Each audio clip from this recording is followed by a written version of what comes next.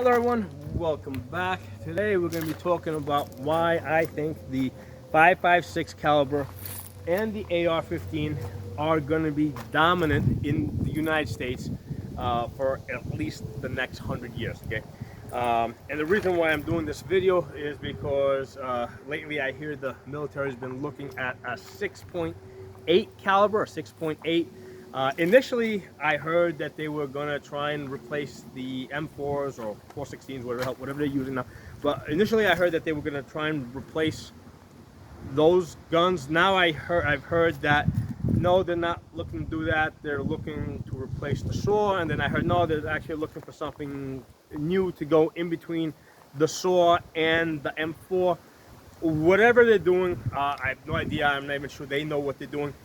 But I'm going to just focus on, I think that the 5.56 AR-15s are going to be dominant in the United States. And I think that the military is also going to come back to it. So if they try something else, they're going to end up coming back to it. We're going to go through the reasons why I think the common reason that people will bring up is that, generally you win battles with more bullets than more powerful bullets. Okay, so as far as the 5.56, I mean, yeah, it will not penetrate modern body armor, right? Class 4 or class 3 plus. All right, I think that's what they're using, class 3 plus. But here's the thing: even with the modern plate armor, right, it just covers basically heart and lungs. All right, it covers a very small part of your body. It basically covers the vital area over here. Of course, if you get hit in the face, I mean, you're dead. But as far as the body, it just covers this area over here. They really can't make it that much bigger, any bigger than that, because you won't be able to move, right? And in most combat type of situations, I don't think anybody actually wants to rely on the body armor. I think most people would rather rely on some other piece of cover, right? Something that's, metal, right? That has a better chance of stopping the bullets rather than on the plate themselves. So since the body armor is not the primary protection, right?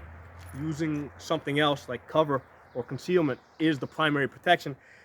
That's why the armor is not going to get bigger, and it definitely does not make sense to me to try and invest in bullets that might penetrate that. Okay, and that I don't even think the 6.8 necessarily will, but I don't think that makes sense. So here's the thing: given that the body armor is so small, right? I've covered in other videos how you defeat body armor, and basically I've covered, for example, the zipper drill, where you start at the hip area, which is unarmored, and you walk your shots up, hit the hip.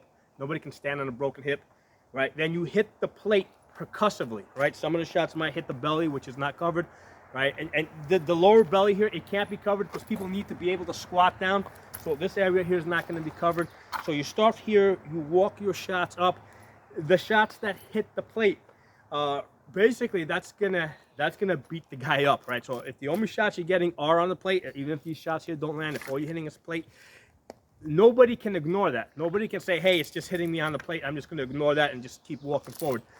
It's going to change what people do, okay? So zipper drill, you start at the hip, walk your shots up, all right? And then you walk the shots up to the head. And if you haven't hit the hip area, if you hit the plate, they're going to start looking for cover. As they turn to the side, now you might get other openings on the side. So that's the reason why I think it doesn't make sense to invest in more powerful ammunition that might penetrate the body armor, because there's just so little of it, right? I think that's an important consideration. There's just so little of it. Why bother? Just if you put, you've got a 30-round magazine, all right? Put enough bullets in that area, right? Even if you're aiming here, he's moving, you're moving a little bit. Chances are that some of the bullets are going to come off center anyway and hit other parts. And even if they hit an arm, right? Once somebody gets hit in the arm, they're not looking to press forward. They're looking to retreat. They're looking to get out of there. Okay.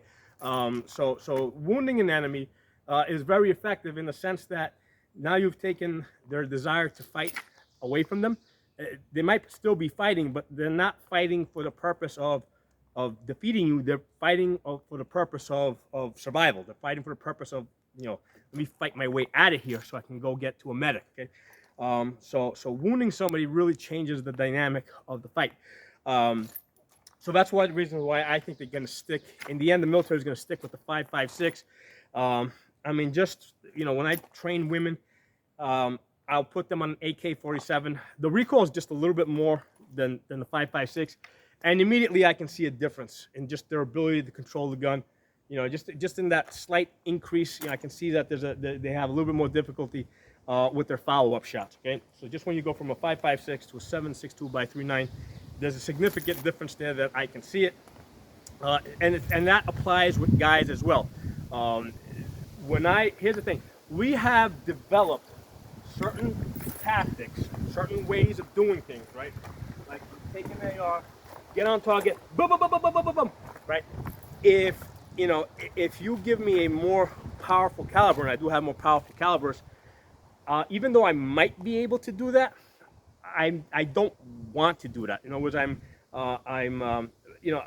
because the gun is going to move around a little bit more, because it's going to recoil a little bit more, I'm going to be a little bit more conservative. Okay, so the techniques that we have developed today, right, are basically centered around the 5.56 recoil and also the 9mm recoil in the pistol. Okay, these techniques are coming out of the holster.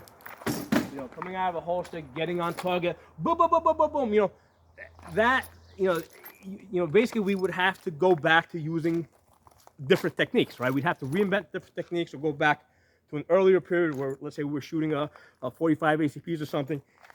So the techniques that have been developed today are centered around those two cartridges, the 5.56 and the 9mm. So that's another reason why I think that even the military is going to come back to the 5.56. For civilians, aside from the fact that it's easier for people to shoot it, it's easier for the wives to shoot it. That's a big consideration, right? What's easiest for your wife to shoot. But the fact that there's just so many AR-15s out there. Now, the thing to consider, okay, is that let's look at the AK-47 versus the AK-74. Okay. With the AK-47, like, I don't know, there's like 50 million of them that have been produced around the world. AK-74 came around, which has certain benefits, but the AK-47 is still dominant simply because there's just so many of them out there. Okay, so when we look at the AK-47 versus AK-74, and which one, even in the Russian armies, yeah, they got AK-74s, but like half the armies got like AK-47s. Okay, so even when you look at AK-47, AK-74, they're still sticking to the gun that there's just more of. And right now in the United States, the main guns are AR-15s and 9mm handguns, lots of, particularly Glocks. Okay, so I think that those are the two guns that are going to be around for like the next 100 years as dominant guns. I think that the only time that you would actually see a change is if they change the chemistry, not the lead, not the metal, right, not the size of the bullet or the shape of the bullet, but if they change the chemicals that go inside it to provide the propellant. Okay, because the way it is right now, you put in a certain amount of gunpowder. There's only so much gunpowder that will fit in here. It will produce only so much energy. You can only tweak it so much by changing gunpowders.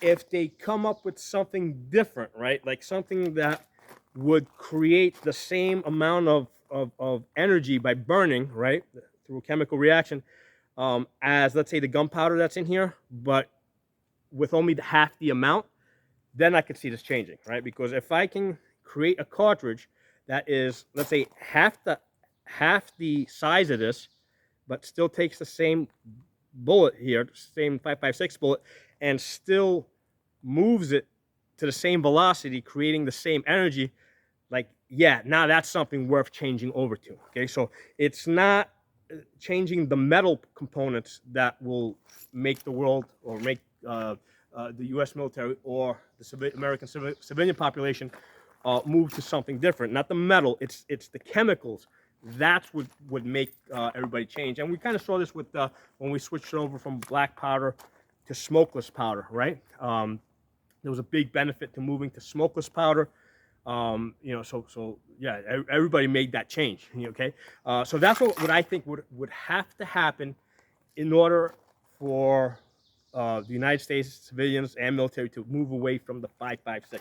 Now, what I want to do, put this to the side for a second, and I want to kind of demonstrate a couple of points of what I mean as far as, or rather, just share my personal experience with fighting tactics, right? Because as you guys know, I do medieval combat. Okay, and I'm going to explain to you guys when I fight why I use this type of a sword instead of this type of a sword, right? So if you hold the two swords here together, you can see that this one over here, right, is obviously bigger. This one is shorter, lighter, okay?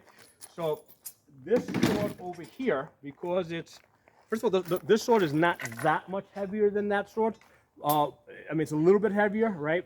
Maybe a couple of ounces, but the main difference is that the blade is wider up here, right? Whereas this one's a little bit wider in the back, so the weight is distributed differently. So because this blade is a little bit wider, I'm sorry, a little bit longer, all right, what this does is it allows me to make more popular blows, more powerful blows. Because the blade is longer, I'm making a bigger arc, right? The tip makes a bigger arc.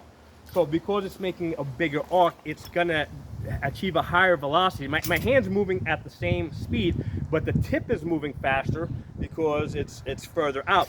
But in order to move this sword, I have to generate more power from down here, right? So with this sword here, all my power comes from my lower body, right? And I rely on that. And if I'm gonna turn this sword over, you see how I make these large rotational cuts, right? You see how I'm making a large rotational cut because I need to. I need more space to generate that extra power, right? With this sword over here, okay, this sword over here, it's shorter, the weight's further back. With this sword here, because it's not so tip heavy, I can keep this sword right in front of my face and just give it a little bit of a twist, and I can make a cut, right? I can make a cut, right? And the other thing I can do is I can, instead of having to make a large rotational cut, instead of having to go from here all the way to here, see how I'm coming around my head, right? With this sword, I can rotate the sword out here, right? I can rotate the sword out here because it's a lighter sword. I can't do it as quickly with, I can't do it as easily with that other sword. Okay? So I am I fight competitively with the sword and shields. I've posted videos, you guys have seen that. So I can use either one of these swords, right? Now in the fighting that we do, the blows are self-acknowledged. So basically I gotta hit you hard enough, right? Because we're wearing armor. I gotta hit you hard enough so that you acknowledge that the blow was a good blow and you're gonna accept it as a hit, okay? If I don't hit you hard enough, you're not going to accept it, and basically I got to keep fighting, okay? That's the general idea with that, okay?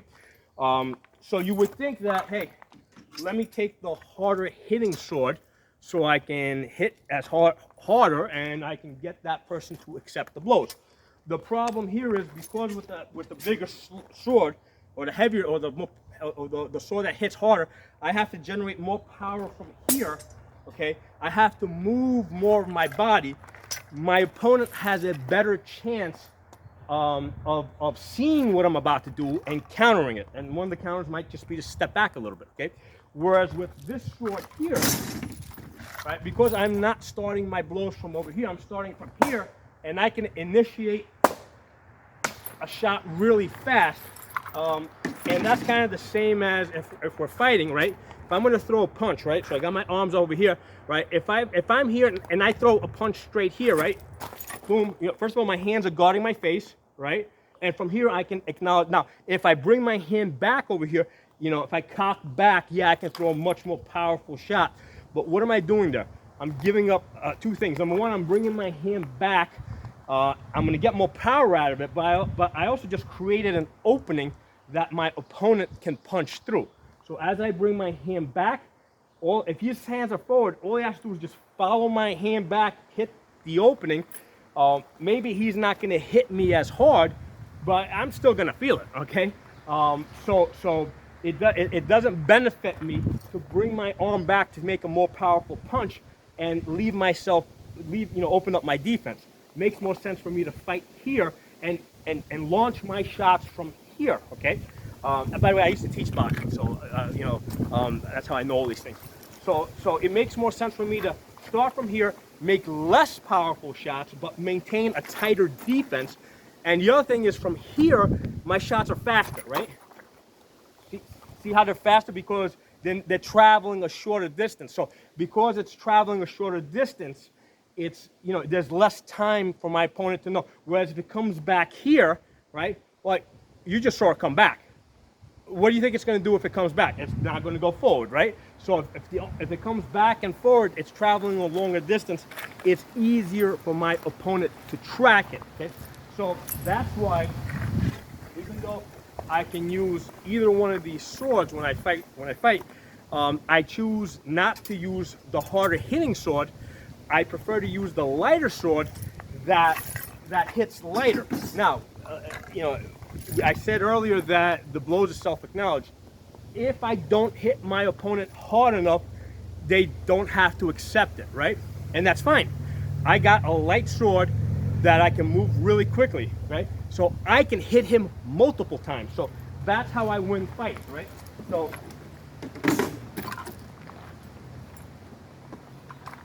got my sword here, so I can basically throw multiple shots, right? Yeah, I can throw multiple shots because I have a lighter sword that moves faster. And the fact is that when I throw my shots, I don't expect any one of them to be a killing shot. In fact, a lot of my shots, the vast majority of my shots are distraction shots. So if I'm here, right, I throw a couple of shots here. Okay? The purpose of these shots here was to get his defense up there, right? Boom, boom. That's a distraction. So I can take that leg, okay? So all those other shots, those multiple shots that I did, were just a distraction so I could take that leg shot. And if I was doing it with this sword requires a lot more wind up. That's a lot of energy to throw so I can get that leg shot, okay? That's a lot of energy that I'm using up. And here's the thing, when I'm fighting, there's only so much energy that I have stored up. I mean, the typical fight lasts for about 10 minutes. When I'm doing my sword practicing, or rather, not that the fight can last 30 seconds if you win, but usually when I'm practicing, I will go for about 10 minutes before I tire out, and I'm like, okay, I need to take a break. And the reason why I take the break, sometimes I can push through it, but I don't want my form to start breaking down. I don't want to start developing bad habits. So at the point where I think that I'm going to start, that my form's going to start breaking down, I'm going to start using bad techniques, I stop fighting. And that's usually about 10 minutes in. So so I have, let's say, about 10 minutes of energy to use, and I want to use it conservatively. I don't want to waste shots.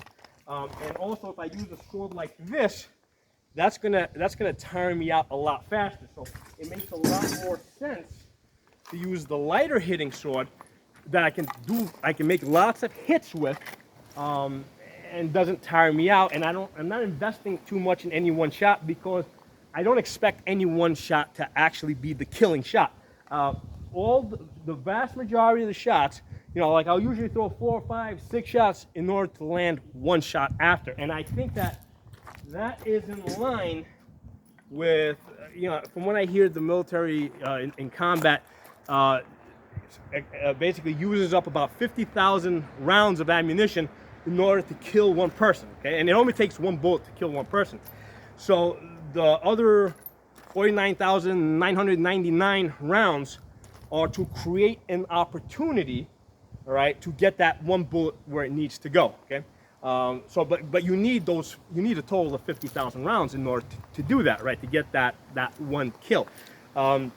So that's why I think that again, I'm applying my experience with the sword fighting, the way I practically fight, where I choose to use a lighter sword where I can throw more shots rather than use a heavier, harder hitting sword where I'm going to throw less shots. I'd rather use the lighter sword and be able to throw more shots. So I think that that's the reason why the military is going to come back to the 5.56, because they have the ability to put lots of bullets downrange, you know, towards the bad guys, to create opportunities. Because remember, there's a lot of it's suppression fire. A lot of it is, let's say, to flush them out, right? Like put bullets on, allow bullets in this area to get them to move to another area. So a lot of the ammunition is used up that way. Suppression fire, you know, to flush people, you know, or the enemy towards in another direction. And that's the reason why I think that the military is going to stick with the 5.56.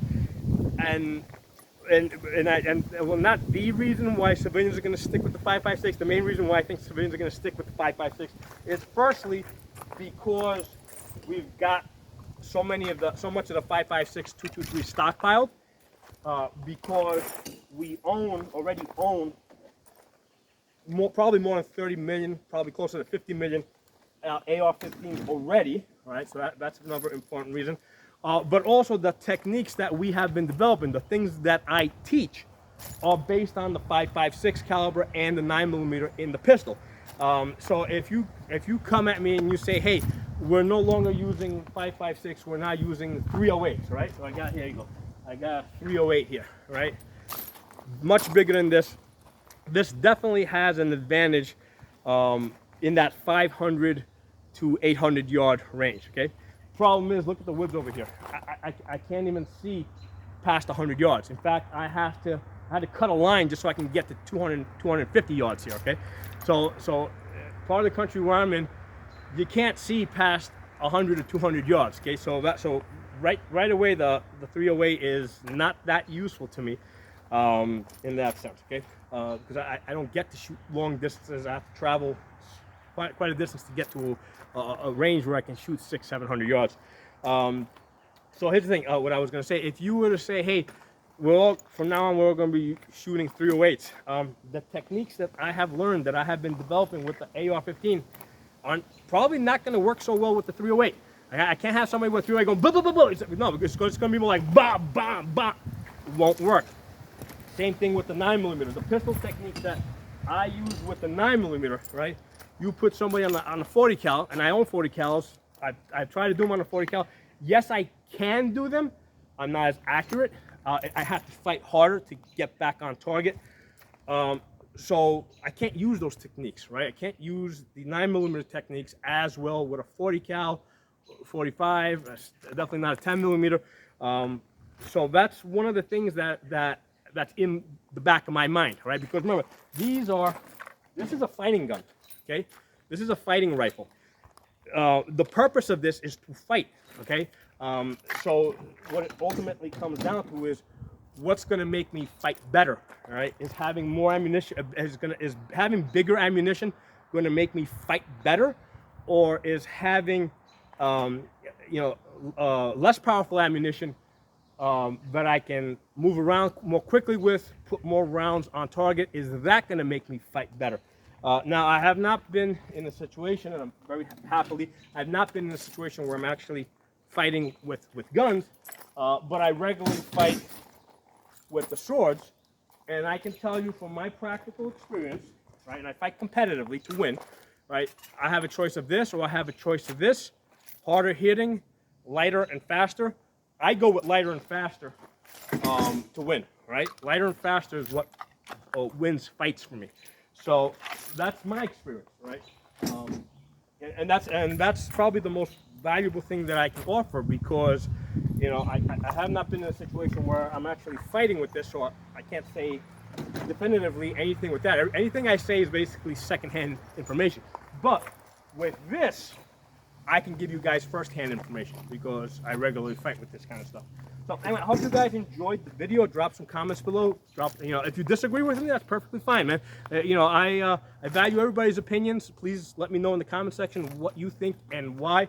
If you're not a member of the channel, subscribe. Make sure you guys are following me on Odyssey, which is an uncensored platform. My channel name over there is Pocono Tactical. And Odyssey is spelled ODYSEE.com, right? That's where you'll find that uncensored channel, where I know that will be around for a very long time, whereas over here on YouTube, I don't know how long this channel will be here. So thanks for watching. I'll talk to you all soon.